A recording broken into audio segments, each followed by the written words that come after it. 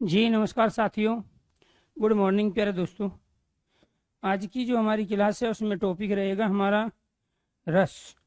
इससे पहले जो हमारी क्लास थी वो विराम चिन्ह की क्लास थी, जो कि हमने कंप्लीट कर लिए थे सारे विराम चिन्ह। 25 विराम चिन्ह आप लोगों ने वहाँ से पढ़े। तो आज रस के बारे में चर्चा करेंगे। रस के जो बेसिक क्वेश्चन जितने भी होते हैं, रस शब्द में धातु या क्रिया, पहला प्रश्न हमारा यही है और वो होता है हमारा सर धातु या क्रिया। दूसरा है रस का शाब्दिक अर्थ। रस का शाब्दिक अर्थ और रस का जो शाब्दिक अर्थ होता है वो होता है आस्वाद्य, स्वाद, चाव और आनंद।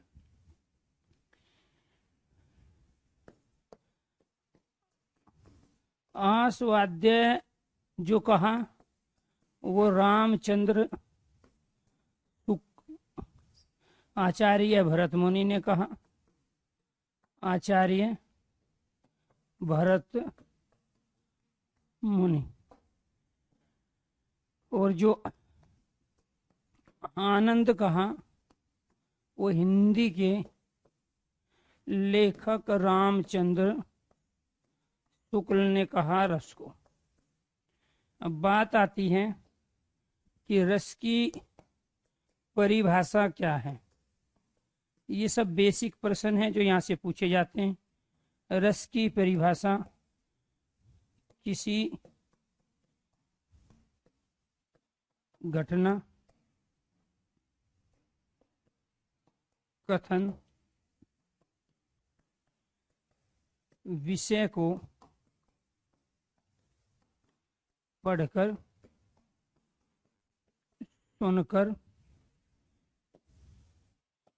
या देखकर हृदय में जो आनंद की अनुभूति होती है, आनंद की अनुभूति होती है, उसे रस कहते हैं। उसे रस कहते हैं। इसके अलावा दूसरी डेफिनेशन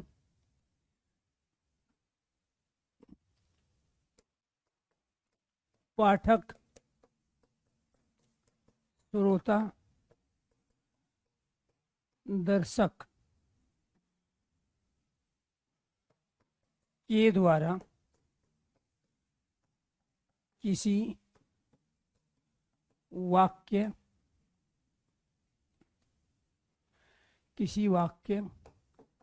घटना, विषय आदि में आदि के बारे में जानकर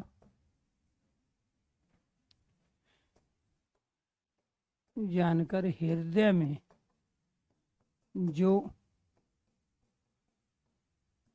अनुभूति, आनंद ग्रहण किया जाता है उसे रस कहते हैं। इसके बाद तीसरी डेफिनेशन हृदय में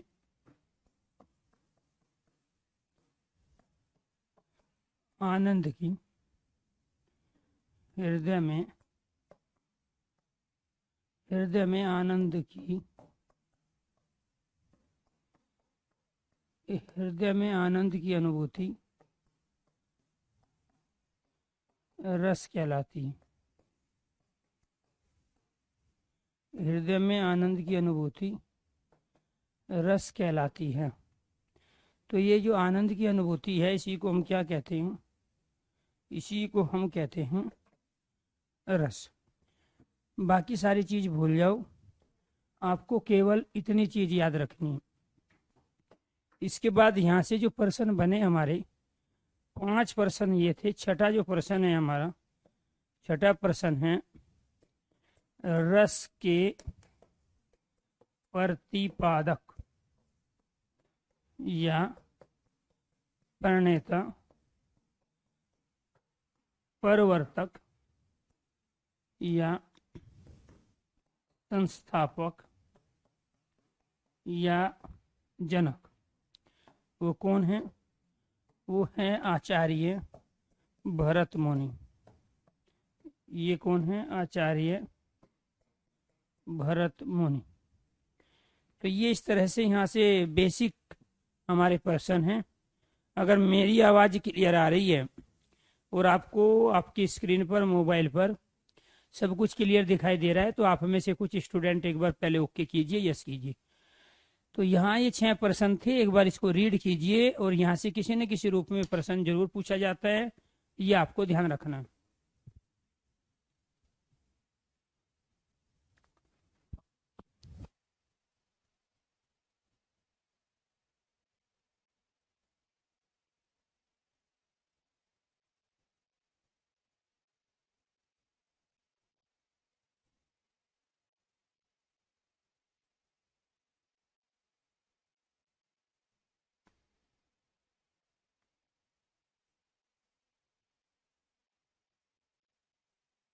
तो आपको ये ध्यान रखना है, पहला जो प्रश्न है हमारा,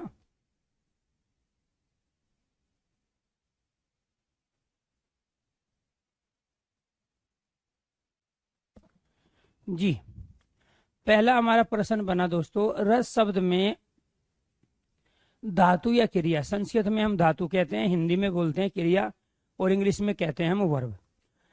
तो एक तो प्रश्न हमारा ये बना कि रस के अंतर्गत जो ये रस शब्द है, ये वाला से और इसके अंदर यहाँ पे प्यार दोस्तों इस रह को हम इस रूप में लिया है, स्वर के रूप में। तो इस धातु, इसका मतलब होता है सरना, इसका मतलब होता है आनंद, इसका मतलब होता है रिसाव। क्लियर? तो ये आपको ध्यान रखना है। इसके बाद रस का शाब्दिक अर्थ आस्वाद्य, स्वाद, चाव और आनंद। तो रस का जो शाब्दिक अर्थ होता है वो आस्वाद्य होता है, ये आपको ध्यान रखना है।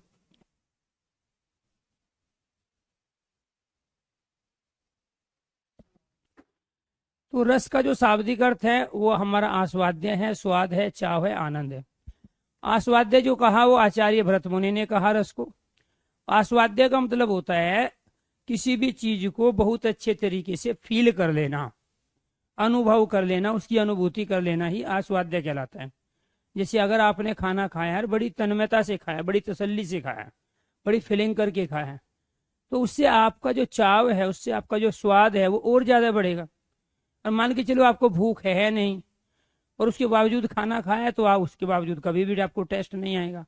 तो यहाँ जो इस आस्वाद्य को कह रहे हैं, किसी भी चीज को बहुत ही अच्छे तरीके से भली भांति फील कर लेना, उसकी अनुभूति कर लेना ही आस्वाद्य कहते हैं। आनंद सुख की अनुभूति का वो क्षण है जिसमें इंसान सबसे ज्यादा आनंदित, सबसे ज्यादा खुशी अपने आप को महसूस करता है, अपने आप को हल्का महसूस करता है।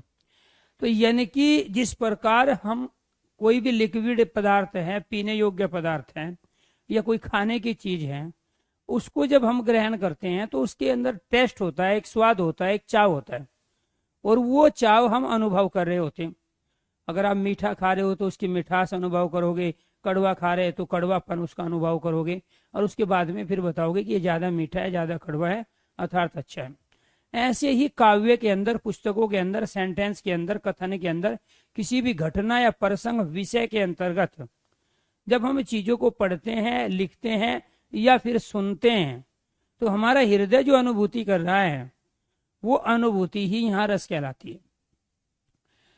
तो परिभाषा क्या बनी? किसी भी घटना, कथन, विषय को पढ़कर, सुनकर या उसके बारे में देखकर हृदय में अर्थात दिल में जो आनंद की अनुभूति होती है उसे क्या कह रहे हैं? रस कह रहे हैं। कोई चीज आपने सुनी तो ऐसी छूट गई, किसी चीज को सुनने से आंसू आ गए, और किसी चीज को सुनने से आपको प्यारे दोस्तों क्रोध आ गया। तो हृदय ने 3 अलग अलग तरह की अनुभूति की। और वो अनुभूति क्यों की? क्योंकि बहुत सारे जो इमोशंस हैं वो हमारे शरीर में ऑलरेडी सोए हुए हैं, और जैसे सामने से फ्रंट पे कोई भी विषय आएगा, कोई घटना आएगी, कोई सेंटेंस आएगा, कोई प्रसंग आएगा, उसी के अनुसार वे हमारे भाव हमारे शरीर के अंदर जागृत होते हैं और फिर वो बाहर दिखाई देने लगते हैं। अगर आपने किसी को गाली दी तो वो गुस्सा तब तक सोया हुआ है जब तक किसी ने आपको गाली नहीं दी, और जैसे उसने गाली दी तो जो इमोशंस है, आपका जो क्रोध नामक जो स्थायी भाव है जो आपके शरीर में फिलहाल सोया हुआ है, गाली देते ही वो जागृत हो गया। तो वहां उसी के अनुसार ही हम रस पैदा करते हैं, और उस रस को कहेंगे हम रोध रस। अर्थात हमारी आंखें लाल हो जाएगी, हमारी जो इंद्रियां हैं बहुत फास्ट काम करेगी, और मन करेगा कि उसको एक झापड़ खींच दे। जो गाली दे रहे हैं किसी भी गुरुजन को, माता पिता को, या आपके परिवार के किसी भी मेंबर को। तो यहाँ आपको ये ध्यान रखना है प्यारे दोस्तों कि किसी भी घटना, कथन, विषय को वो पढ़कर, सुनकर या देखकर हृदय में जो हम आनंद की अनुभूति कर रहे हैं उसी को हम क्या कह रहे हैं? रस। दूसरी डेफिनेशन क्या है? पाठक होता है पढ़ने वाला, श्रोता होता है सुनने वाला, दर्शक होता है देखने वाला। तो पाठक पढ़ने वाला, श्रोता सुनने वाला, और दर्शक देखने वाला। यानी कि सिर्फ किसी चीज को पढ़कर ही अनुभूति नहीं होती, बल्कि हम सुनकर भी वो अनुभूति प्राप्त कर सकते हैं। वो दर्शक यानी कि वो देखकर भी वो हम अनुभूति प्राप्त कर सकते हैं। तो पाठक, श्रोता, दर्शक के द्वारा किसी वाक्य, घटना, विषय आदि के बारे में जानकर हृदय में जो अनुभूति अर्थात आनंद ग्रहण किया जाता है उसे कहते हैं रस। उसी बात को घुमा के यहाँ रखा गया, भाव एक ही है। शॉर्ट डेफिनेशन, पहली दोनों डेफिनेशन को छोड़ दो, केवल आपको इतना ध्यान रखना है हृदय में आनंद की अनुभूति क्या कहलाती है? रस कहलाती है। और इस पूरी दुनिया के सामने इस कॉन्सेप्ट को जो लाने वाले थे उनका नाम है आचार्य भरत मुनि। अर्थात रस के जो प्रतिपादक है वो आचार्य भरत मुनि है, रस के प्रणेता भरत मुनि है, रस के प्रवर्तक भरत मुनि है, रस के स्थापक अर्थात जनक जो है वो कौन है? आचार्य भरत मुनि। इसके अलावा 7वां जो हमारा प्रश्न बनता है वो बनता है यहाँ पे रस से संबंधित काव्य।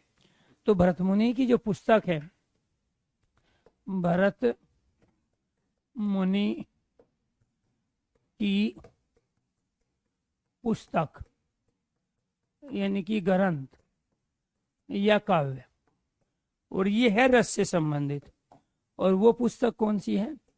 वो है नाट्य शास्त्र। क्या है? नाट्य शास्त्र है। इस नाट्य शास्त्र में आपको ये ध्यान रखना है, एक तो इसके अंदर जो अध्याय है वो 36 अध्याय। एक इसको जो उपाधि दी गई इस नाट्य शास्त्र को वो पंचम वेद की उपाधि दी गई। 5वां वेद गीता को भी माना जाता है। और रस से संबंधी जो अध्याय है, रस से संबंधी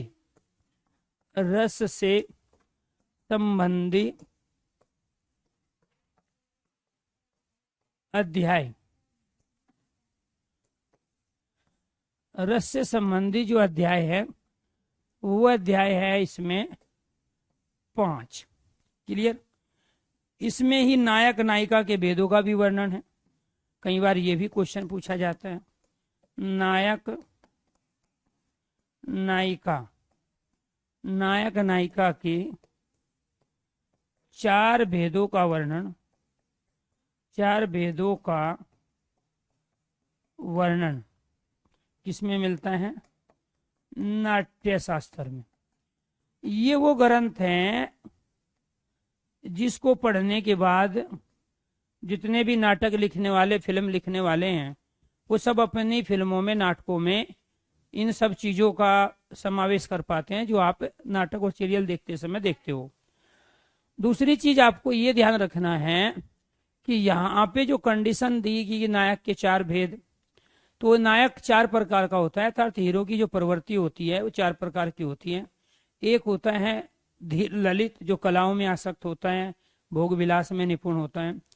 दूसरा एक होता है धीर प्रशांत, जो बहुत ही ज्यादा शांत रहने वाला व्यक्ति होता है, जैसे युधिष्ठिर हैं।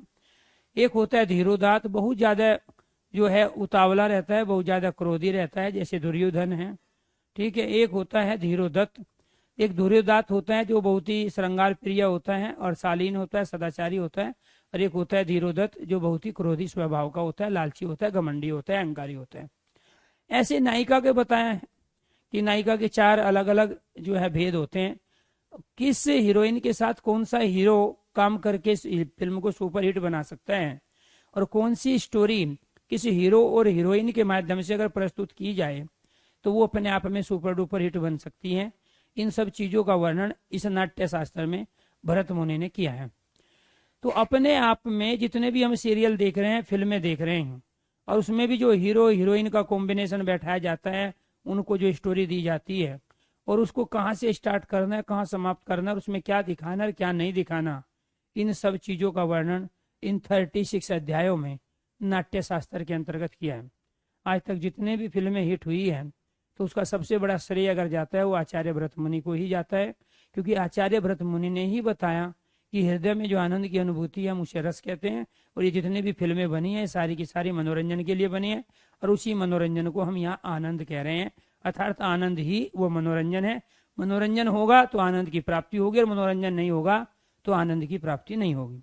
इसलिए आज तक किसी ने भी साधु और सन्यासियों को हीरो हीरोइन बना के कभी आपके सामने प्रस्तुत नहीं किया।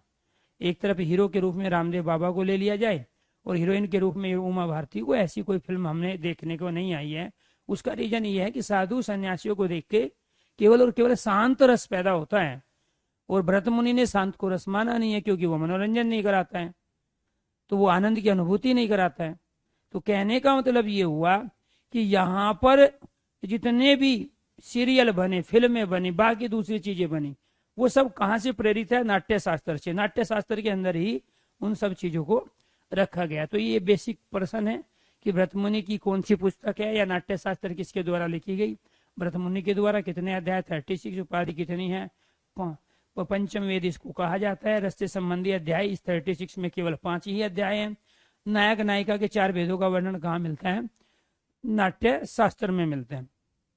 इसके बाद बात करते हैं कि अलग अलग व्यक्तियों ने जो रस के जो भेद माने, रस की जो संख्या मानी, वो अलग अलग मानी।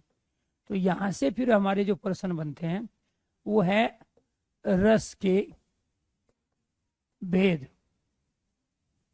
या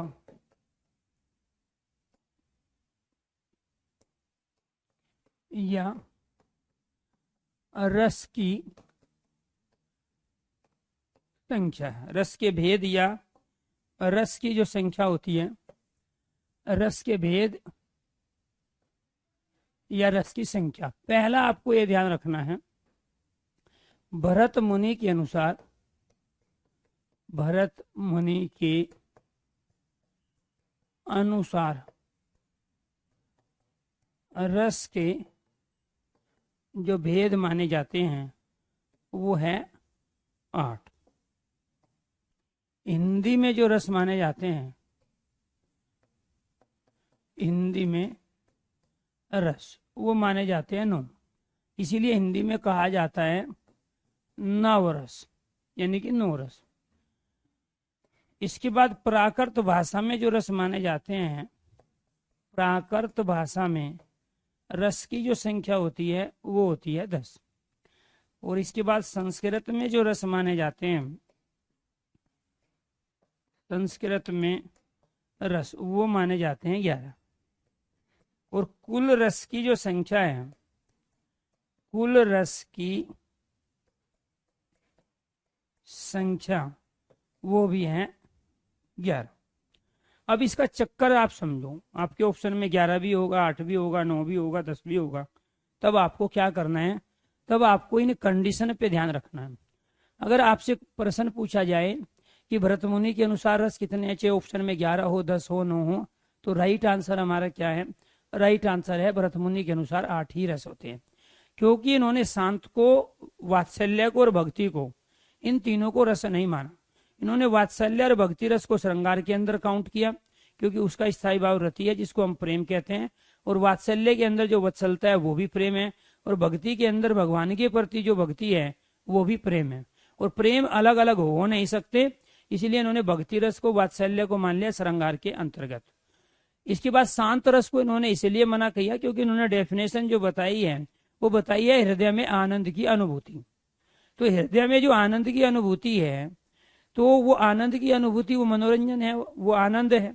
और जो शांत रस है वो साधु और सन्यासियों में पाया जाता है, साधु साध्वियों में पाया जाता है, और उनको देखकर कभी मनोरंजन हो नहीं सकता, आनंद हो नहीं सकता। इसलिए इन्होंने शांत को रस मानने से इनकार कर दिया। हालांकि 11 जो रस बताए वो भरत मुनि ने ही बताए, लेकिन इन्होंने कहा कि नहीं, वास्तव में महत्वपूर्ण जो रस है, मुख्य जो रस है, वो तो 8 ही है, और उन 8 के अंदर ही बाकी काउंट होते हैं। लेकिन हिंदी वालों ने आचार्य भरत मुनि के जो 8 रस थे उसमें एक और जो शांत रस था, जिसको मानने से भरत मुनि मना कर रहे थे कि वो निर्वेद उसका स्थायी भाव होता है और वो प्रवर्ती साधु और सन्यासियों में पाई जाती है, हिंदी वालों ने उस शांत रस को भी रसों की संख्या के अंदर काउंट किया है। और इसीलिए हिंदी में 9 रसों का प्रयोग काव्य में मिलता है। हालांकि प्रयोग तो हम 11 का ही करते हैं, हिंदी में भी करते हैं, बाकी जगह भी करते हैं, लेकिन हिंदी के अंतर्गत जो मूल रस माने जाते हैं वो 9 होते हैं, इसलिए उसको नवरस कहा जाता है। प्राकृत में जो रस है वो 10 है। उसका रीजन ये है, प्राकृत जैन धर्म की भाषा रही है, और जैन धर्म एक नास्तिक दर्शन रहा है जो, प्यारे दोस्तों, भक्ति को रस नहीं मानता है। तो भक्ति क्या कहते हैं, भगवान के प्रति किसी भगत का जो प्रेम होता है उसको हम भक्ति रस कहते हैं। अच्छा, भगवान के प्रति भक्ति है तो आपको ये ध्यान रखना है उस कंडीशन में कि वहां जो नास्तिक दर्शन है जैन, जो पाली भाषा जो है वो जैनियों की भाषा है, उसमें भक्ति को रस नहीं माना गया। बाकी वात्सल्य को, शांत को और आचार्य भरत मुनि के 8 जो रस थे उनको रस मान लिया गया। लेकिन संस्कृत में हम 11 के 11 रसों का प्रयोग करते हैं और 11 ही संस्कृत में रस माने जाते हैं। यानी कि हिंदी वाला शांत रस भी, भक्ति भी और वात्सल्य भी, ये कहाँ है, ये सारे के सारे संस्कृत के अंदर माने जाते हैं। इसके बाद जब कुल रसों की संख्या की बात है कि हिंदी में कुल कितने रस है, तब राइट आंसर आपका 9 ही होगा। लेकिन अगर हिंदी शब्द का प्रयोग ना करें, केवल ये कहे कि कुल रस की संख्या बताइए, तो राइट आंसर आपका क्या होगा, 11। तो ये आपको ध्यान रखना है कि यहाँ कुल रस की संख्या पूछ रहा है 11, हिंदी में कुल रस पूछ रहा है या हिंदी में रस पूछ रहा है तो 9, प्राकृत में रस पूछ रहा है तो 10, संस्कृत में रस पूछ रहा है 11, और भरत मुनि के अनुसार रस पूछ रहा है तो कितनी होगी, 8। ये थी रस के भेद और रस की संख्या से संबंधित प्रश्न। इसके बाद आता है रस सूत्र। इसके बाद क्या है, रस सूत्र। ये रस सूत्र किसने दिया, आचार्य भरत मुनि ने। तो ये जो रस सूत्र है ये भरत मुनि का रस सूत्र है। इसका रस सूत्र है भरत मुनि का। कौन सा है, इन्होंने कहा विभाव, विभाव अनुभाव, व्याभिचारी भाव, विभाव अनुभाव व्याभिचारी भाव, संयोगात, संयोगात रस निष्पत्ति, संयोगात रस निष्पत्ति, ये किसका है, ये आचार्य भरत मुनि का। तो आपको ध्यान रखना है विभाव अनुभाव या विचारी भाव संयोगात रस निष्पत्ति, ये आचार्य भरत मुनि का रस है। इसके अंदर किस किस चीज को बताया गया, इन्होंने रस के जो मुख्य कारक माने, एक विभाव को माना, एक माना अनुभाव को, और एक तीसरा माना व्याभिचारी भाव को। किसको माना, व्याभिचारी, व्याभिचारी भाव। और इन तीनों के संयोग से क्या उत्पन्न होता है, रस उत्पन्न होता है। ये मानना है किसका, आचार्य भरत मुनि का। लेकिन आपको ये ध्यान रखना है, जब हम हिंदी की बात करते हैं तो भरत मुनि के अनुसार संस्कृत की बात हुई, उसमें जो माना जाता है, एक माना जाता है स्थायी भाव, यहीं से ले लेते हैं। एक तो ये विभाव हो ही गया, दूसरा जो है अनुभाव हो गया, दूसरा क्या है, अनुभाव, तीसरा जो है, तीसरा इस व्याभिचारी भाव को हिंदी वालों ने क्या बोला है, संचारी भाव। क्या बोला है, संचारी भाव इसको कहा है। और इसके साथ एक और होता है चौथा, और वो होता है स्थायी भाव। तो यहाँ जो स्थायी भाव, इन सब के संयोग से क्या बनता है, रस बनता है। ये बात मान रहे हैं हिंदी वाले। ये बात कौन मान रहे हैं, ये बात मान रहे हैं हिंदी वाले। ये आपको ध्यान रखना। ये बात किसके अनुसार है, संस्कृत के अनुसार है और भरत मुनि के अनुसार है। ये बात किसके अनुसार है, ये बात है हिंदी के अनुसार। अगर कोई आपसे पूछने लगे भरत मुनि के अनुसार रस के कितने तत्व हैं, तो ये क्या है, अपने आप में रस के तत्व है। ये क्या है, रस के तत्व। ये क्या है, रस के अवयव। इसी तत्व को हम क्या बोलते हैं, अवयव बोलते हैं। क्या बोलेंगे, अवयव। तो रस के जो अवयव है हिंदी के अंदर वो कितने हुए, 4। संस्कृत के अंदर कितने हुए, 3। कौन कौन से, विभाव, अनुभाव, व्याभिचारी। तो यहाँ जो ये रस सूत्र दिया है, इसके अंदर यहाँ से लेके यहाँ तक आपको ये ध्यान रखना है, ये विभाव है, ये अनुभाव है और ये व्याभिचारी। फिर क्या कह रहा है, संयोगात। संयोगात का मतलब संयोग होता है, किस किस का, विभाव का, अनुभाव और व्याभिचारी भाव का संयोग होता है, तब रस उत्पन्न नहीं बल्कि रस की निष्पत्ति होती है। जब किसी चीज को उत्पन्न करने के लिए एक या दो कारक जिम्मेदार ना हो, अनेक कारक जिम्मेदार हो जाए, तो उसको निष्पत्ति बोलते हैं। और जब कोई चीज अपने आप उत्पन्न हो रही है तो उसको व्युत्पत्ति बोलती है। और जब किसी का कोई कारण होता है, एक हो दो हो, तो उसको हम बोलते हैं उत्पत्ति। तो यहाँ न तो उत्पत्ति का प्रयोग किया गया, न व्युत्पत्ति का, बल्कि निष्पत्ति का किया गया, क्योंकि 1 2 3 कारण मौजूद रहे किसी चीज को पैदा करने के लिए। तो ये जो विभाव, अनुभाव या विचारी भाव है, जब इन तीनों का संयोग होगा तब रस उत्पन्न होगा। ये संस्कृत के सभी आचार्यों का मानना है और भरत मुनि का भी मानना है। अर्थात रस के तत्व कितने माने इन्होंने, रस। इस प्रकार हमारा शरीर पृथ्वी, जल, वायु, अग्नि और आकाश, इन 5 तत्वों से मिलकर बनता है। इस प्रकार पानी, हाइड्रोजन और ऑक्सीजन 2 तत्वों से मिलकर बनता है। ऐसा ही भरत मुनि के अनुसार रस 3 तत्वों से मिलकर बनता है। इसके बाद रस के जो अवयव हैं, हिंदी वालों के अनुसार रस के जो तत्व है वो कितने हैं, 4। उन्होंने चौथा किसको बताया, स्थायी भाव को। और दूसरा उन्होंने क्या दूसरा बताया, व्याभिचारी भाव का नाम क्या कहा, संचारी भाव। ये पूछा जाएगा, ठीक है। तो हिंदी के अंतर्गत कौन सा ऐसा रस का तत्व है जो प्रयोग किया जाता है जो संस्कृत में नहीं है, तो वो स्थायी भाव है। व्याभिचारी भाव को हिंदी के आचार्यों ने क्या नाम दिया, तो राइट आंसर क्या है, संचारी भाव। क्या नाम है, संचारी भाव। तो ये आपको ध्यान रखना है, इसके बारे में भी बताएंगे, ये विभाव क्या है, अनुभाव क्या है। लेकिन जिस तरीके से प्रश्न बनते हैं वो सारे के सारे प्रश्न हम आपके सामने रखते जा रहे हैं। तो ये सारे क्या थे, हमारे बेसिक क्वेश्चन थे। रस सूत्र क्या है, ठीक है। तो ये इसके बाद बात आती है हमारे यहाँ पे कि ये रस के अंदर जो स्थायी भाव है ये क्या है और ये रस क्या है। तो यहाँ आपको ध्यान रखना पड़ेगा कि ये जो हम रस प्रयोग कर रहे हैं, ये कितने रस प्रयोग कर रहे हैं। एक तो हमारा जो रस है वो है श्रृंगार रस। क्या है, श्रृंगार रस। तो यहाँ हमने रस लिया, इसके बाद यहाँ हमने स्थायी भाव लिया। क्या लिया, स्थायी भाव लिया। तो यहाँ जो श्रृंगार का जो रस का स्थायी भाव है वो होता है रति। ये इमोशन है जो आपके शरीर में सोया हुआ रहता है। दूसरा है वीर रस। इस वीर का जो स्थायी भाव है वो है उत्साह। इसके बाद तीसरा हमारा हास्य रस है, इसका होता है ह्रास, स्थायी भाव। चौथा हमारा करुण रस होता है, इस करुण रस का स्थायी भाव होता है शोक। क्या होता है, शोक। इसके बाद पांचवा हमारा भयानक रस है, इस भयानक का स्थायी भाव होता है वह। इसके बाद छठा हमारा रोध रस है, इस रोध का स्थायी भाव होता है क्रोध। सबसे ज्यादा प्रश्न हमारा ये पूछा जाता है। इसके बाद विभित्स रस है, इस विभित्स का स्थायी भाव होता है जुगुप्सा। क्या होता है, जुगुप्सा यानी कि गलानी। इसके बाद एक रस होता है हमारा अद्भुत रस। क्या होता है?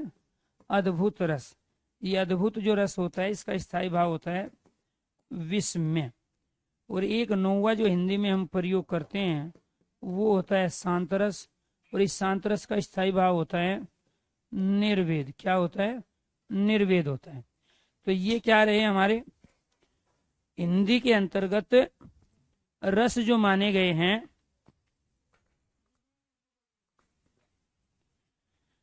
ये 9 रस हिंदी के अंतर्गत माने गए हैं। इन्हीं के ये स्थायी भाव हैं जो आपको एकदम अभी याद करने हैं, फिर उसके बाद हम आगे बढ़ेंगे।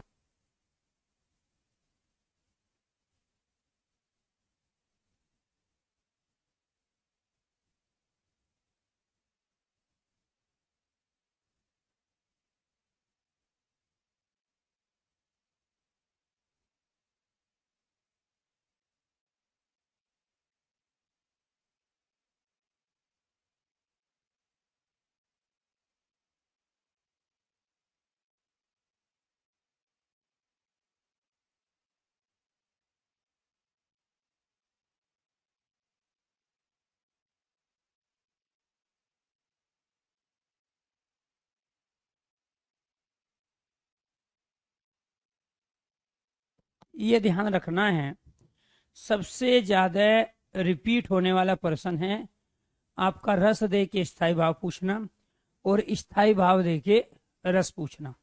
तो ये क्या है? रस से पूछे जाने वाला सबसे ज्यादा क्वेश्चन। अब ये 9 जो रस माने जाते हैं ये कहाँ माने जाते हैं? हमारे हिंदी के अंतर्गत ये 9 रस माने जाते हैं। लेकिन दूसरी चीज आपको ये ध्यान रखनी पड़ेगी कि यहाँ 8 तक जो माने गए हैं ये भरत मुनि के अनुसार है। 9वां जो माना गया ये हिंदी के अनुसार माना है। बात करते हैं 10 और 11 की। यहाँ क्या है? रस, और इसके बाद में क्या है? स्थायी भाव। स्थायी भाव क्या है? वो परमानेंट इमोशन जो हमारे शरीर में सुसुप्त अवस्था में होता है, अर्थात सोया हुआ होता है। जैसा हमें विभाव मिलेगा उसी के अनुसार वो जागृत हो जाते हैं। इसके बाद 10वां जो हमारा रस है वो क्या है? वात्सल्य रस। 10वां क्या है? वात्सल्य। इसका जो स्थायी भाव होता है वो होता है वत्सलता। वत्सलता। इसको थोड़ा सा हम इधर लिखेंगे, ठीक है, क्योंकि मुझे यहाँ एक एक शब्द आपको और लिखना है। ये रस हुए और ये हुए स्थायी भाव। तो यहां पर 10वां जो हमारा रस है वो है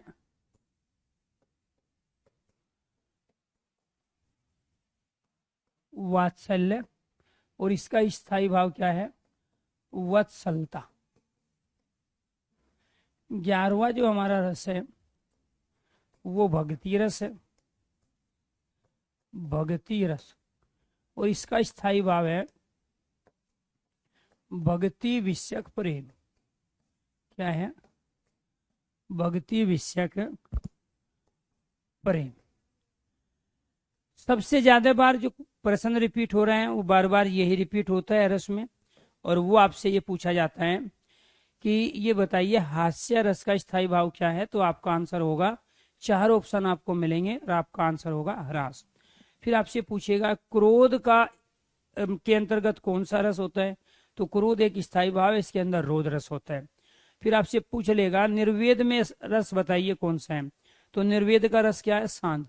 फिर आपसे पूछ लेगा भयानक का बताइए क्या होगा? स्थायी भाव भय। अब इसमें से कई शब्द ऐसे हैं जिसका आपको मीनिंग ही नहीं पता। जैसे रति का जो अर्थ होता है, रति का अर्थ होता है प्रेम। रति का अर्थ क्या होता है? प्रेम होता है। उत्साह का अर्थ होता है जोश। जो मैं ये ब्लैक से लिख रहा हूं ये कभी स्थायी भाव नहीं होंगे, लेकिन वे इनके पर्यायवाची शब्द हैं। इन शब्दों के अर्थ बताने के लिए मैं लिख रहा हूं। और हरास का जो स्थायी भाव होता है वो क्या होता है? हंसी। और शोक का स्थायी भाव, यानी कि शोक को जो हम कहते हैं वो दुख कहते हैं। भय को जो कहते हैं वो क्या कहते हैं? डर। क्रोध को क्या कहते हैं? हम गुस्सा कहते हैं। जुगुप्सा को क्या कहते हैं? ग्लानि कहते हैं, घृणा कहते हैं, अर्थात इंग्लिश में हम गिल्टी कहते हैं।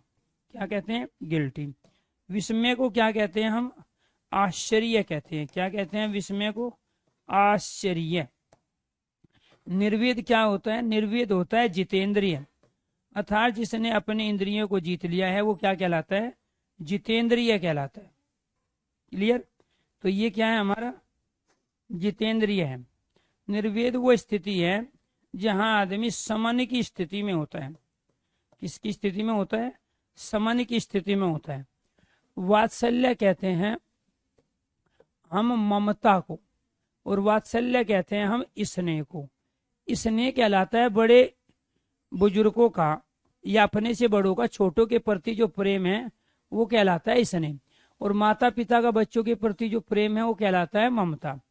भक्ति विषयक प्रेम होता है भगत का भगवान के प्रति प्रेम, भगत का भगवान के, भगत का भगवान के प्रति जो प्रेम है वो क्या कहलाता है, हमारा भक्ति विषयक प्रेम कहलाता है। वो क्या कहलाएगा, भक्ति विषयक प्रेम।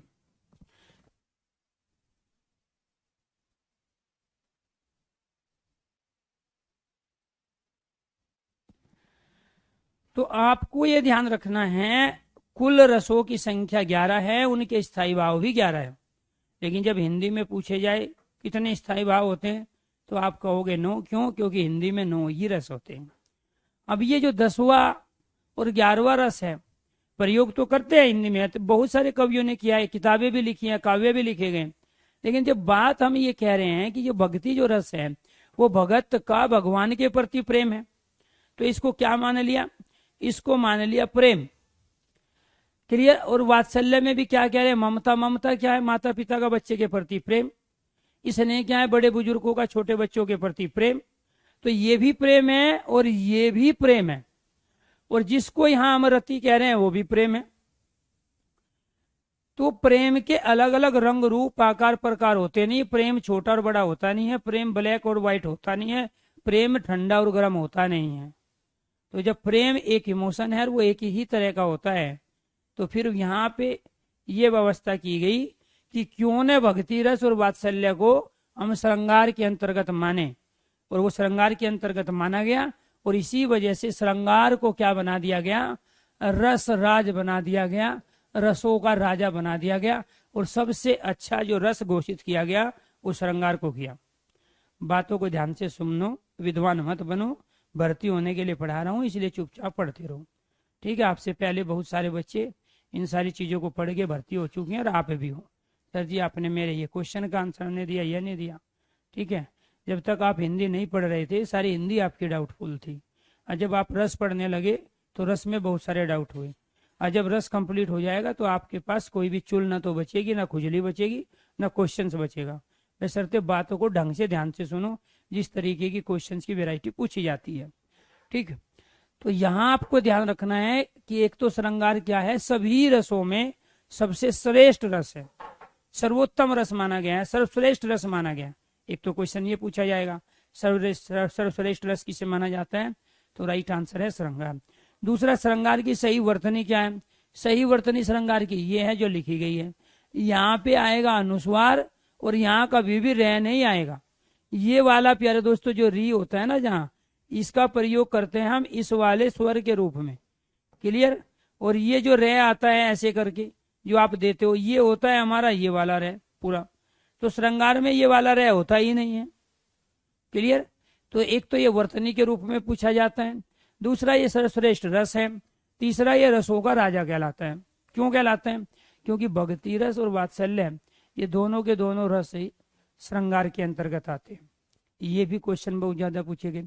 इसके बाद ये जो मैंने ब्लैक से लिखे हैं ये स्थायी भाव नहीं है, ये इन स्थायी भाव के पर्यायवाची है। जैसे आप में से बहुत सारे बच्चों को जुगुप्सा नहीं पता था किसे कहते हैं, निर्वेद नहीं पता था किसे कहते हैं, वात्सल्य नहीं पता था किसे कहते हैं। तो इसी वजह से मैंने जानबूझ के इनके पर्यायवाची बताए, ताकि आपको पता चले कि यहाँ पर इसको हम किस सेंस में प्रयोग करते हैं, किस भाव में प्रयोग करते हैं। तो यहाँ जो ये प्रेम है, इसका स्थायी भाव जो श्रृंगार का रति है, उसी रति को प्रेम कहते हैं।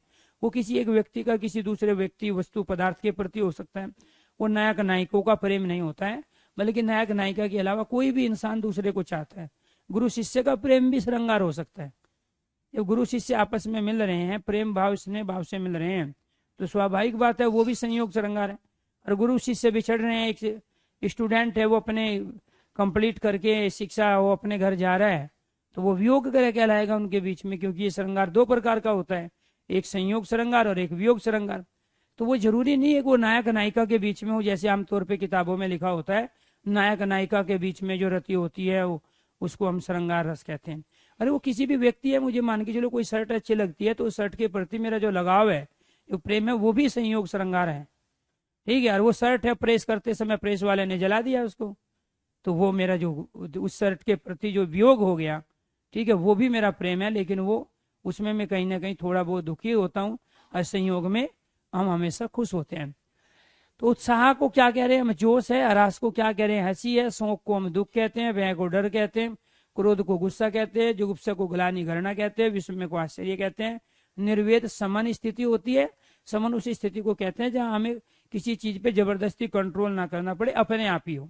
जैसे साधु सन्यासी है, बेफालतू की चीजें, ये चाउमीन बर्गर सरगर ये इडली डोसा नहीं खाते मिलेंगे जो सच्चा साधु है, क्योंकि उनका अपनी इंद्रियों पे कंट्रोल है, अर्थात वो जितेंद्रिय है, उन्होंने अपनी इंद्रियों को जीत लिया है, और वो उसी चीज को खाएंगे जिससे उनका शरीर के अंतर्गत किसी भी तरह का विकार उत्पन्न ना हो, अर्थात वो अपने जीव के टेस्ट के लिए कभी भी खाना पसंद नहीं करते हैं। तो कहने का मतलब ये हुआ कि अद्भुत तक जो रस माने गए वो भरत मुनि के अनुसार माने गए।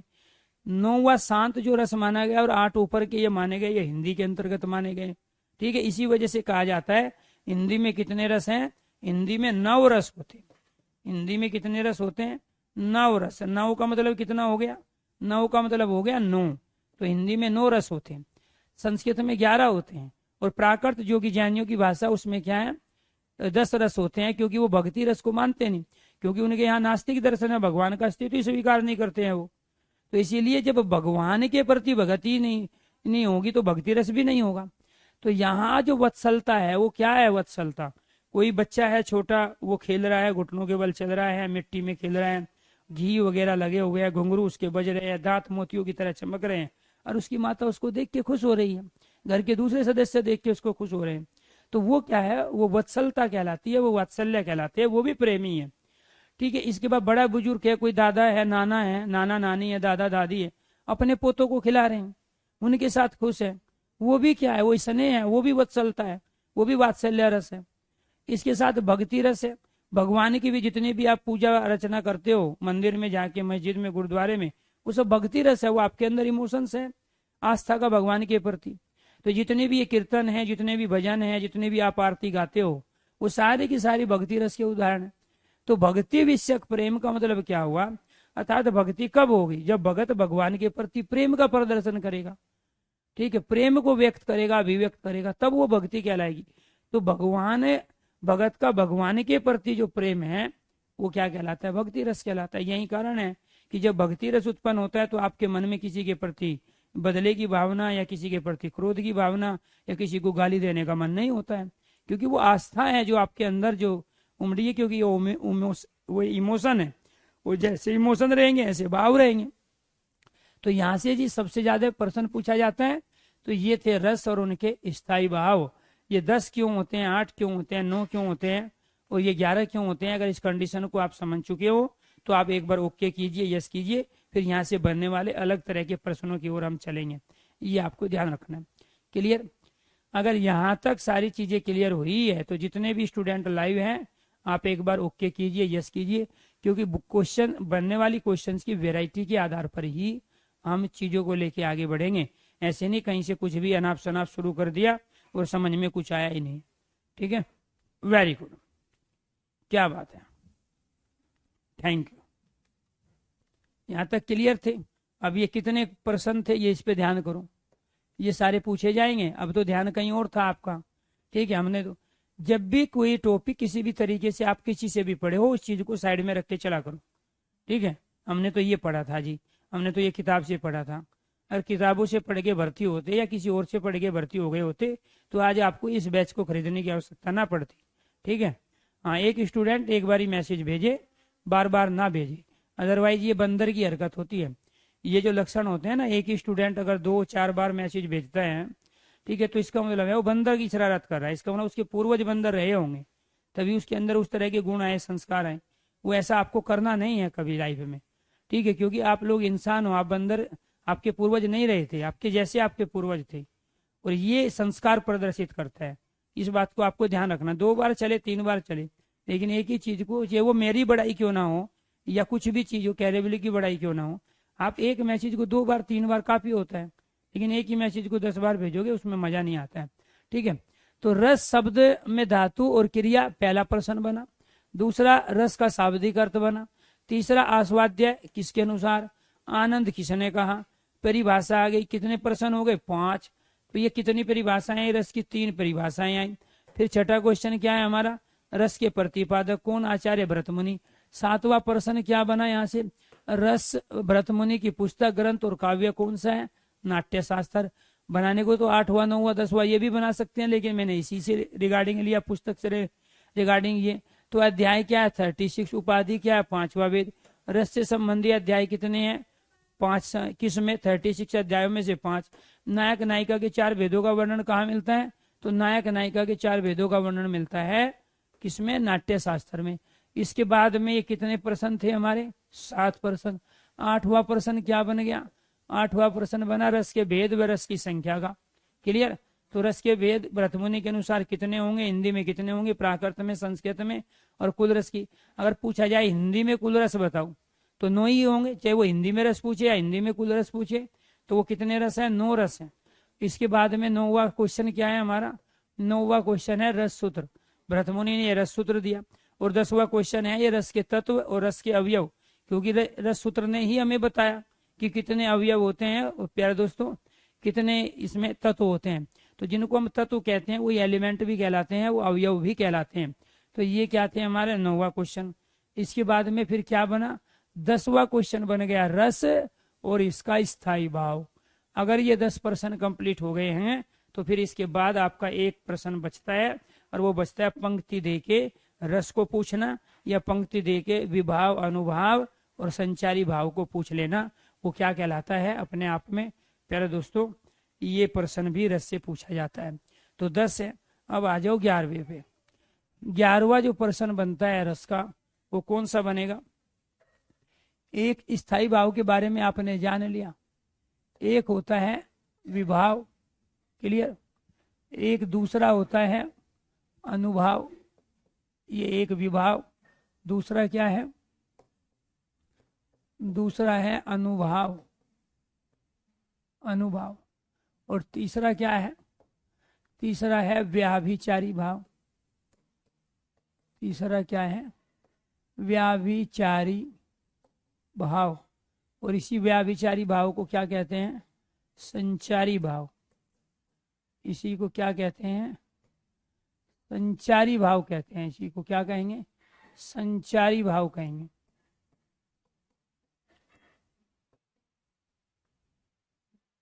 संचारी भाव, व्याभिचारी भाव, संचारी भाव। तो आपको ये ध्यान रखना है, जो विभाव होता है वो क्या कहलाता है, वो कहलाता है आलंबन। आलंबन क्या है, वो विभाव कहलाता है। दूसरा क्या होता है आलंबन के साथ, उद्दीपन होता है। क्या होता है, उद्दीपन। पहले इनके भेद लिख लो। ये कितने प्रकार के होते हैं, ये 2 प्रकार के होते हैं, इसके 2 भेद होते हैं। ये कितने प्रकार के होते हैं, ये 4 प्रकार के होते हैं, अर्थात इसके 4 भेद होते हैं। और ये कितने प्रकार के होते हैं, ये 33 प्रकार के होते हैं। ये भी प्रश्न पूछा जाता है। ये कितने होते हैं, 33 प्रकार के होते हैं। दूसरी चीज ये है कि ये 2 कौन कौन से होते हैं। एक होता है हमारा आलंबन, दूसरा होता है उद्दीपन। क्लियर। अनुभाव के अंतर्गत एक होता है हमारा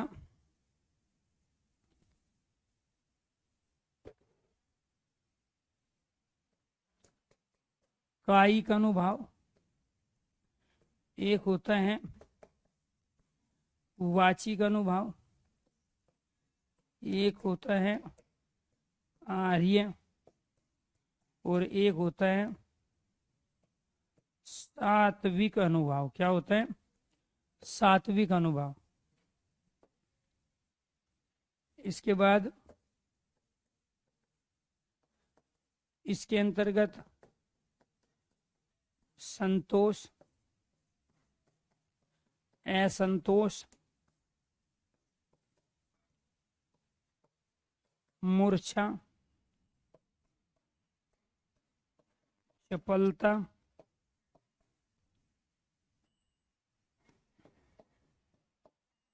असूया,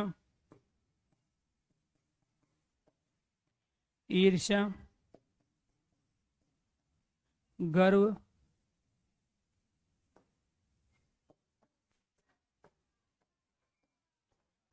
घमंड, अहंकार, आलस्य,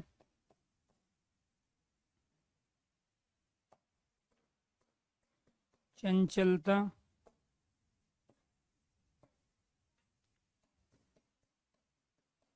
निंद्रा, मोह आदि। ये सारे के सारे क्या थे? हमारे संचारी भाव अर्थात व्याभिचारी भाव।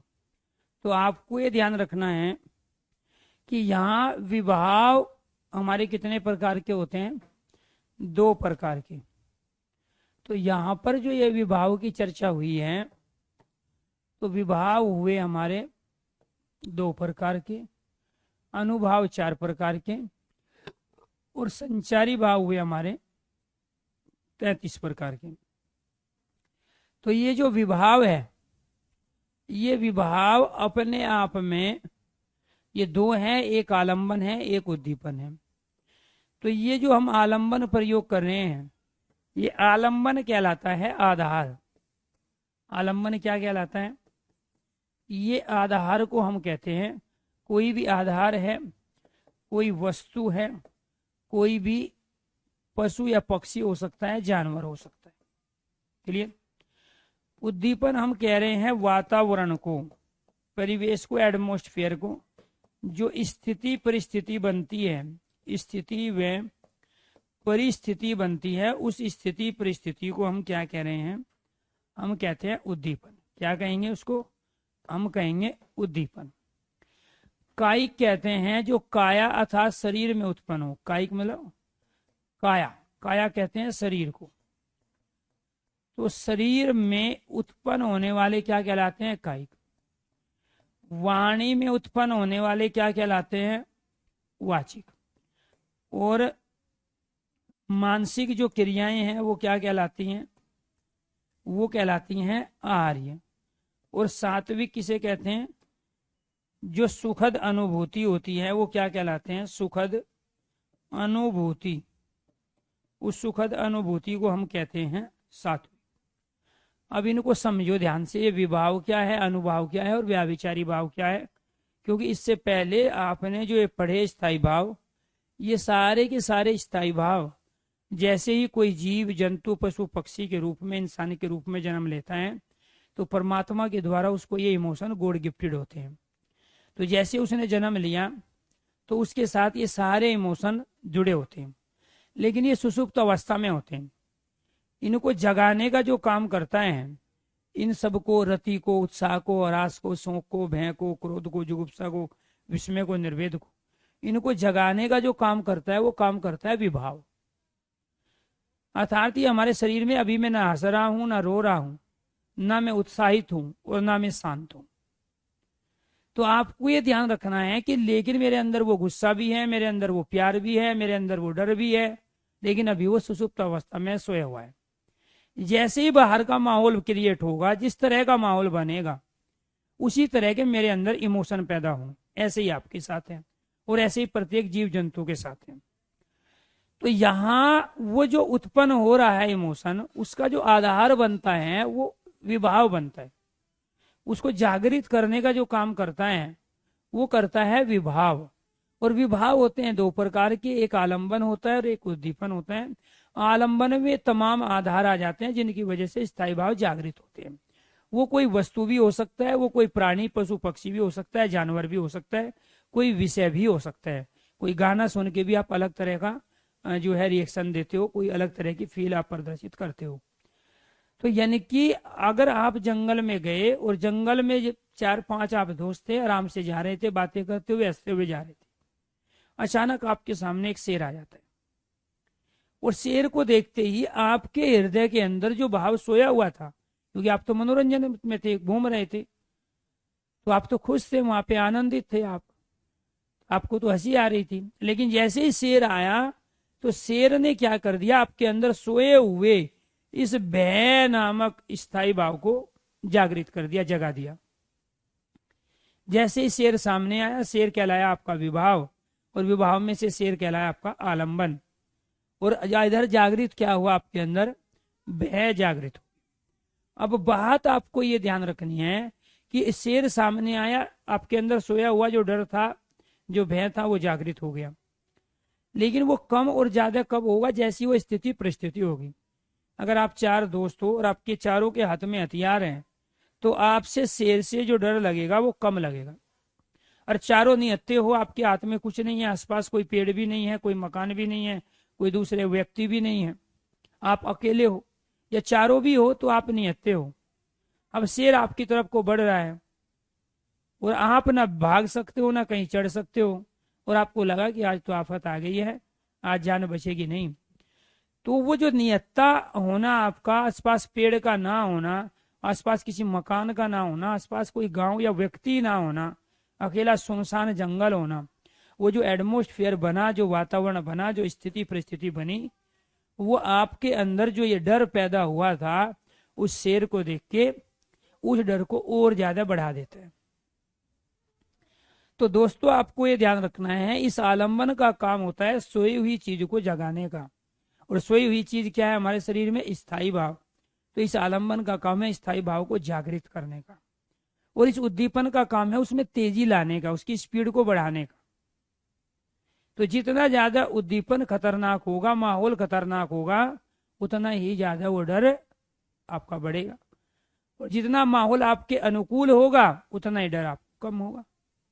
ऐसी हंसने की बात है, बहुत ज्यादा हंसी की बात है तो आप बहुत देर तक हंसोगे, और छोटी है तो आप मुस्कुराहट के साथ दांत दिखा के आपका काम तमाम खत्म। तो इसका काम क्या होता है, आपके अंदर सोए हुए, अब फिल्म आप देखते हो 2.5 घंटे 3 घंटे की, तो फिल्में देख के आप रोने भी लगते हो, हंसने भी लगते हो, जोश भी आ जाता है। जब अमरीश पुरी फिल्म के अंदर हीरोइन को उठा के ले जाता है तो आपको गुस्सा आता है, और जब वो हीरोइन के साथ बातचीत करता है तो आपको लगता है कि नहीं चलो ठीक है भाई, अभी कुछ कर तो रहा नहीं है, बातचीत ही हो रही है। फिर उधर से हीरो आता है तिगड़ी तिगड़ी तिगड़ी घोड़ा लेके, इधर अमरीश पुरी कुछ करने जा रहा होता है, तब तक वो जो है नायक पहुंच जाता है। अक्सर फिल्मों में ऐसा ही होता है, ज्यादा दिखाया जाता है, वो आपके अंदर इमोशन पैदा करना चाह रहे हैं। तो फिर हीरो आ जाता है, हीरो फिर उसकी कुटाई करता है डिशुम डिशुम। तो फिर आपको ये लगता है, अगर आप हीरोइन के साथ जुड़े हो, अगर आपने हीरोइन को अपना माना है, तो वहां फिर जो अमरीश पुरी को जो हीरो पीट रहा है उसमें आपको आनंद आएगा, और आपको ये लग रहा है कि आप ही बजा रहे हो अमरीश पुरी को, दे दनादन दे दनादन, क्योंकि वो हीरोइन को उठा के लेके आया था। तो वही चीज यहाँ पे भी है कि आलंबन जो है, वो आलंबन जब हम डर के बारे में बात कर रहे थे तो वो शेर बना, और उस शेर की वजह से जो स्थिति, वो जो एटमोस्फेयर था, वो जंगल का जो नजारा था, वे जंगल के नजारे क्या थे, उद्दीपन। ऐसे जब आप गाने सुनते हो, वो गाने किसी एक कमरे में कंप्लीट क्यों नहीं होते, उसमें खेत खलियान क्यों दिखाए जाते हैं, उसमें नदी नाले क्यों दिखाए जाते हैं, उसमें पर्वत क्यों दिखाए जाते हैं, उसमें जो हीरोइन है, उसकी जो हीरोइन की जो नायिका है, उसकी जो चुनरी है, उसको हवा में क्यों उछाला जाता है, वो हीरो उसको गोद में क्यों लेता है, वो सब आपके अंदर इमोशंस पैदा कर रहे हैं। और वो जो खेत खलियान है, वे जो बहारें हैं, वे फूल है बहुत सारे, वे झरने हैं, वे तालाब है जिसके आसपास हीरो हीरोइन बैठे रहते हैं, वो सब उद्दीपन का काम करते हैं। वो किसका काम करते हैं, वो उद्दीपन का काम करते हैं। तो इसीलिए आपको ये ध्यान रखना है कि विभाव 2 प्रकार का होगा, एक आलंबन होगा, एक उद्दीपन। इसका काम होता है जगाने का। हीरो हीरोइन आपके अंदर कुछ भावों को, कुछ इमोशन को जागृत कर देंगे, और बाकी उनकी जो पृष्ठभूमि तैयार करेंगे उनका वो बैकग्राउंड जहाँ पे वो है, जिस खेत में है, जिस शहर में है, जिस पहाड़ पर्वत पे है, जिस झील पे है, जिस तालाब के आसपास है, वो सारे के सारे उद्दीपन का काम करते हैं। अब जैसे ये विभाव ने अपना काम कर दिया तो आपके अंदर प्यारे दोस्तों यहाँ स्थायी भाव जागृत भी हो गया और स्थायी भाव में तीव्रता भी आ गई। ये जागने का काम तो कर ही दिया था, आलम्बन ने, नायक नायिका ने, शेर ने कर दिया काम वो, ठीक है। लेकिन ये क्या हो चुका है, आपके शरीर के अंदर एक्टिव हो चुका है, अर्थात ये कम या अधिक मात्रा में आपके अंदर आ चुका है, क्योंकि जागृत होने के बाद इसकी स्पीड बढ़ाने का काम, इसकी स्पीड को कम करने का काम उद्दीपन ने किया। अब आपके शरीर में ये 4 तरह से रिएक्ट करेगा, 4 तरह से दिखाई देगा। एक है कायिक, कायिक मतलब जो शरीर में पैदा होता है उसको क्या कहते हैं हम, कायिक कहते हैं, जो हमारे शरीर में दिखाई देता है। रोंगटे का खड़े हो जाना, ठीक है, चेहरे का प्यारे दोस्तों लाल हो जाना, डर की वजह से चेहरे का व्हाइट हो जाना, पीला पड़ जाना, गुस्से की वजह से चेहरे का लाल हो जाना, खुशी की वजह से चेहरे का खिलखिला उठना, तो ये सब क्या थे, ये कायिक है। काया मतलब शरीर, आपके शरीर में पैदा हो। तो ये जो आपको ध्यान रखना है, जो आपके आंसू निकल रहे हैं, आपको जो पसीना आ रहा है, आपके रोंगटे खड़े हो रहे हैं, आपका शरीर वाइब्रेट कर रहा है, कंपन कर रहा है शेर को देख के, डर गया है, तो वो सारे का सारा क्या था हमारा, वो कहलाए हमारे वाचिक। क्या कहलाए वो सारे के सारे हमारे कायिक कहलाए। वाचिक किसे कहेंगे, वाचिक कहते हैं, वाच कहते हैं वाणी को, इसे वाक से बना है, इसे किसे बना है, वाक, वाक मतलब वाणी, इस वाले कह का ही यहाँ च में परिवर्तन हुआ और एक प्रत्यय लगा के शब्द बना लिया वाचिक। तो वाक कहते हैं वाणी को, जो वाणी में उत्पन्न हुए वो वाचिक कहलाए। आपकी जबान को, शेर को देख के लड़खड़ा जाना, अर्थात जबान का तुतला जाना, आवाज ही ना निकलना डर की वजह से, आवाज निकले तो इतनी तेज निकले कि आसपास के जितने भी व्यक्ति थे वो सारे इकट्ठे आपने कर लिए। आपके घर में चूहा निकल आया और आप इतनी जोर से चिल्लाए कि आसपास के जो कॉलोनी के लोग थे वो सब आपके घर पे इकट्ठा हो गए कि पता नहीं क्या बात हो गई। अक्सर होता है लड़कियों के साथ, घर में काकरोच आ जाए या फिर चूहा आ जाए तो पड़ोसियों को इकट्ठा कर लिया जाता है। जब चोर आएंगे तो डर की वजह से आवाज ही नहीं निकलेगी। ये अक्सर लड़कियों के साथ होता है, क्योंकि वो थोड़ा सा कमजोर होती है हृदय से। तो आपको ये ध्यान रखना है, क्या है, वाणी में जो उत्पन्न हुए वो क्या कहलाए, हमारे वाचिक कहलाए। ठीक, इसके बाद आहारी या मानसिक, जो वो ऑलरेडी आप सीरियलों में, नाटकों में, फिल्मों में देख चुके थे कि जो शेर होता है वो मांसाहारी जानवर है और हम उसके भोजन है, शेर तो इंसान को खा जाता है। तो वो जो पहले से आपके अंदर जो मानसिक ज्ञान है, जो बौद्धिक ज्ञान है शेर के बारे में, जो प्रीवियस नॉलेज है कि झपट्टा मारेगा और उखाड़ देगा शरीर का एक अंग, तो वो क्या कहलाते हैं, वो आहार्य कहलाता है, वो मानसिकता कहलाता है। लेकिन शेर आया और वो अपने रास्ते और आप अपने रास्ते, वो जो सुखद अनुभूति है उसको हम क्या कहते हैं, उसको कहते हैं हम सात्विक। शेर आया था, डर पैदा करके भी चला गया, लेकिन शेर इधर से आया, इधर निकल गया दूसरे रास्ते पे, आप अपने रास्ते पे जा रहे हैं, तो वो क्या है, वो सात्विक स्थिति है था, जहाँ दोनों ही सुखद अनुभूति में हों, दोनों को एक दूसरे से कोई खतरा ना हो, वो क्या कहलाता है, वो सात्विक स्थिति कहलाते हैं। आप किसी भी होटल में गए, वहां पे आपने समोसे खा भी लिए, समोसे वाले को ये खुशी है कि तेरा समोसा बिक गया और आपको खुशी ये है कि बिना पैसे दिए समोसे खा लिए, या तो किसी दोस्त ने दे दिए, या उसने फ्री में खिला दिए, या वो पैसे देने आप भूल गए, या वो लेना भूल गया, तो वो जो स्थिति आपके लिए वो क्या कहलाती है, सात्विक। अब जब ये काया में उत्पन्न हो गए, वाणी में उत्पन्न हो गए, ये मानसिक क्रियाओं में आ गए और आपको सात्विकता की अनुभूति कराने लगे, तो फिर इनसे क्या होता है, संचारी भाव उत्पन्न होता है। शेर चला गया चुपचाप तो आपको संतोष हो गया, और शेर ने झपट्टा मारा, शेर दहाड़ दिया तो आप मूर्छा की स्थिति में चले गए, अर्थात आपका नर्वस सिस्टम कुछ समय के लिए काम करना बंद कर दिया, ये बेहोशी की स्थिति कहलाती है। और शेर अभी सामने है, न तो गया है, खतरा भी टला नहीं है, तो असंतोष है। आपने समोसा खा लिया बिना पैसे के तो संतोष आपको मिल गया, ठीक है। चपलता, ये सब क्षणिक होते हैं, पानी के बुलबुलों की तरह होते हैं, ये अपने आप ही बनते हैं और अपने आप ही फूट भी जाते हैं। जैसे पानी तालाब में आपने देखा होगा, जहाँ बहुत सारा पानी होता है वहाँ बुलबुले बनते हैं और अपने आप ही फूट जाते हैं। तो ये क्या है, ये सारे ऐसे इमोशंस हैं, इनको संचारी भाव इसलिए कहते हैं, ये संचरण करते रहते हैं, ये घूमते रहते हैं, अर्थात ये परिवर्तित होते रहते हैं। तो ये पानी के बुलबुले की तरह होते हैं, क्षणिक होते हैं, पल भर में बनते हैं, पल भर में समाप्त हो जाते हैं। आप किसी से 1 साल तक ईर्ष्या नहीं कर सकते। जब तक वो दुश्मन आपके सामने है तब तक उससे ईर्ष्या होगी, जब वो आपके सामने नहीं होगा तो अलग तरह के भाव आपके शरीर के अंदर उत्पन्न होंगे। तो कहने का मतलब ये है, जो संतोष है, संतोष मूर्छा, चपलता, असूया, असूया वो है जिसमें आप डिसीजन ही ना ले पाओ सही और गलत की। ईर्ष्या जलन है, गर्व है, ठीक है, घमंड है, अहंकार है, और ऐसे ही आलस्य है, चंचलता है, निंद्रा है, मोह है, माया है, ठीक है। ये सारे के सारे अपने आप में क्या कहलाते हैं दोस्तों? ये सारे के सारे कहलाते हैं संचारी भाव। इन्हीं को भरत मुनि ने कहा है व्याभिचारी भाव। जब ये विभाव आएगा सामने, उसके बाद अनुभाव में रिएक्शन होगा और संचारी भाव में वो हमारे अंदर इमोशन पैदा होंगे, तब जाके रस बनेगा। इसका मतलब ये हुआ कि बिना विभाव, और आपको ध्यान रखना, अनुभाव और व्याभिचारी भाव के रस की उत्पत्ति नहीं होती है। तो ये जो स्थायी भाव है, जब तक ये उत्पन्न नहीं होगा, ये जागृत नहीं होगा, इसमें स्पीड नहीं आएगी, और जब तक शरीर के अंदर वो मैच्योर नहीं होंगे, परिपक्व नहीं होंगे, और जब तक संचारी भाव के अंतर्गत वो बदलेंगे नहीं, तब तक हम किसी भी रस की अनुभूति नहीं कर सकते। और जब तक रस की अनुभूति नहीं होगी तब तक आनंद नहीं आएगा, मजा नहीं आएगा। क्लियर? तो आपको ये ध्यान रखना है कि यहाँ पर आपसे पूछा जाएगा विभाव कितने प्रकार के हैं? 2। कौन कौन से हैं? आलंबन और उद्दीपन। अनुभाव कितने प्रकार के होते हैं? तो ये कितने प्रकार के हुए हमारे? ये हुए हमारे 2 प्रकार के। अनुभाव कितने प्रकार के हुए? 4 प्रकार के। और ये कितने प्रकार के हुए? 33 प्रकार के। और 4 प्रकार में क्या आता है? कायिक है, वाचिक है, आर्य और सात्विक है। और स्थायी भाव क्या है? संतोष है, संतोष। ये सारे एक ऐसे इमोशंस हैं जो पल भर में बनते हैं और समाप्त हो जाते हैं। आप 24 घंटे सो नहीं सकते हो, 24 घंटे आप जाग भी नहीं सकते हो।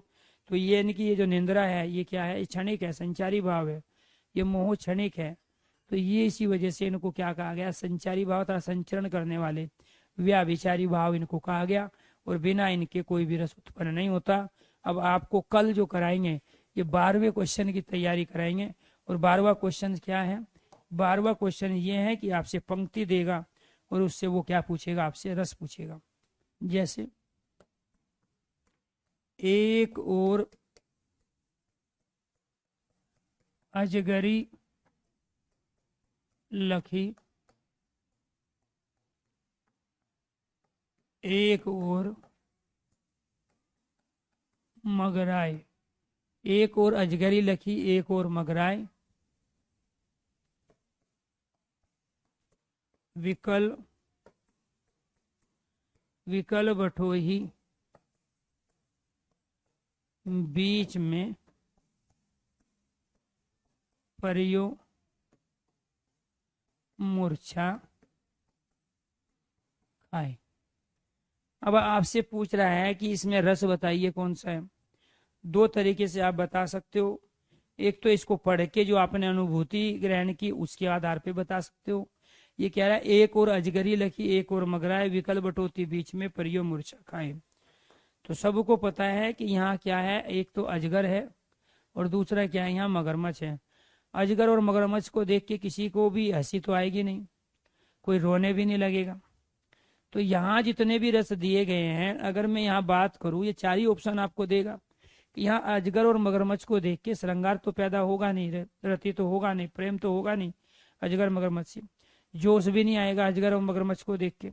करुण भी नहीं आएगा कि आप बहुत ज्यादा रोने लगो अजगर मगरमच्छ को देख के, कोई बताएगा बचपना है, ठीक है। आपको हंसी भी नहीं आएगी, कोई पागल बताएगा। तो कहने का मतलब ये हुआ वो 4 ऑप्शन देगा और उन 4 में ऑप्शन में से आपको 2 तरीके से इसमें से बताना होता है कि कौन सा रस है। एक तो जो आपने इसको पढ़ के अनुभूति ग्रहण की उसके अनुसार आप रस बताओगे। तो एक और अजगरी लखी, एक और मगराए, एक और अजगर है, दूसरी और मगरमच्छ है। विकल बटोई, बीच में आप बीच में हो, ठीक है। परियो मूर्छा खाए, जैसे अजगर आपकी तरफ को बढ़ा तो आप मूर्छित हो जाते हो।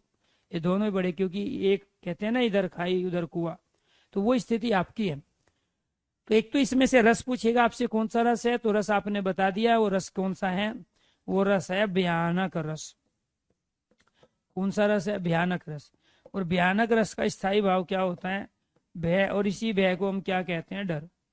एक तो प्रश्न आपका ये बना। दूसरा आपसे वो पूछेगा कि इसमें विभाव बताइए, विभाव क्या है। क्लियर। स्थाई भाव आपने बता दिया। विभाव इसके अंदर क्या हुआ, विभाव इसके अंदर हुआ अजगर, इस अजगर ने, और दूसरा क्या है मगरमच्छ, मगराई। तो अजगरी, अजगरी और मगराई ये क्या कहलाए, आपके विभाव कहलाए, क्योंकि आपके अंदर रस तो पैदा इन्होंने किया है ना। इसके बाद फिर वो पूछेगा इसमें उद्दीपन क्या है, तो उद्दीपन आपका क्या हुआ, उद्दीपन हुआ आपका विकल बटोही बीच में। आपकी स्थिति क्या है, आप बीच में हो। क्लियर। फिर आपसे पूछेगा, ये आपका तीसरा क्वेश्चन था, फिर आपसे पूछेगा कि इसमें संचारी भाव बताइए क्या है। क्या पूछेगा आपसे, संचारी भाव। और संचारी भाव क्या हुआ, मूर्छा। संचारी भाव क्या हुआ, मूर्छा हुआ। तो आपसे इस तरीके से विभाव पूछ सकता है, उद्दीपन पूछ सकता है, संचारी भाव पूछ सकता है, यहाँ तक कि स्थाई भाव भी पूछ सकता है। स्थाई भाव, तो स्थाई भाव आपका क्या हुआ, डर। और रस क्या है आपका, रस है आपका भयानक। तो इस तरीके से आपसे प्रश्न पूछे जाते हैं, जो कि एक लास्ट प्रश्न है। ये पंक्ति देखिए, दो तरीके से हम बताएंगे। एक तो हमें डेफिनेशन पता हो, उसके आधार पे हम चीजों को अप्लाई कर सकते हैं। दूसरा हम खुद फील करेंगे, पढ़ेंगे। जैसे जब धूमधाम से जाती है बारात किसी की सजकर, मन करता धक्का दे दूल्हे को, जा बैठू घोड़ी पर, सपने में ही अपनी शादी होती दिखती है। तो इस सब में कोई भी इसको सुनेगा तो हंसी होगी, और जब हंसी उत्पन्न होगी तो स्वाभाविक बात है इसमें हास्य रस है। तो यानी कि किसी भी पंक्ति को, किसी भी घटना को, किसी भी सेंटेंस को पढ़ने के बाद, देखने के बाद या सुनने के बाद हमारा हृदय जो अनुभूति ग्रहण कर रहा है, उस अनुभूति को ही हम रस कहते हैं। और वो जो अनुभूति है वो 11 प्रकार की है। 11 इमोशन हमारे शरीर के अंदर है। जैसे पढ़ने, सुनने, देखने के बाद जागृत होंगे, उसी तरह का भाव हमारे अंदर होगा, उसी तरह हमारी बॉडी रिएक्शन करेगी, फील करेगी। उसी को हम क्या कह रहे हैं, रस। एक ही फिल्म को देख के कभी आप रोते हो, कभी हंसते हो, फिर कभी आपके अंदर जोश आ जाता है, तो कभी आपने डरने लगते हो, कभी आपको माता पे की, मम्मी की अगर अत्याचार हो रहा है किसी लेडीज पर, आपको माता की याद आ जाती है, अपने बुजुर्गों की, अपने घर परिवार के मेंबरों की याद आ जाती है। वो सब इमोशंस थे जो आपके शरीर के अंदर सोए हुए थे। जो सामने सीन चल रहा था, उस सीन ने आपके अंदर वो चीजें, माहौल बनाया, जे वो क्या कर दिया, जागृत कर दिया। तो इस तरीके से एक और अजगरी लकी, एक और मगराय विकल बटोती, बीच में परियो मूर्छा काय, ये अपने आप में क्या है प्यारे दोस्तों, ये भयानक रस का उदाहरण है। क्लियर। तो कल हम क्या करेंगे, एक एक रस को लेंगे, उसके एग्जाम्पलों को लेंगे, और कल इस टॉपिक को करेंगे कंप्लीट। आज के लिए इतना ही। धन्यवाद सभी दोस्तों को, नमस्कार।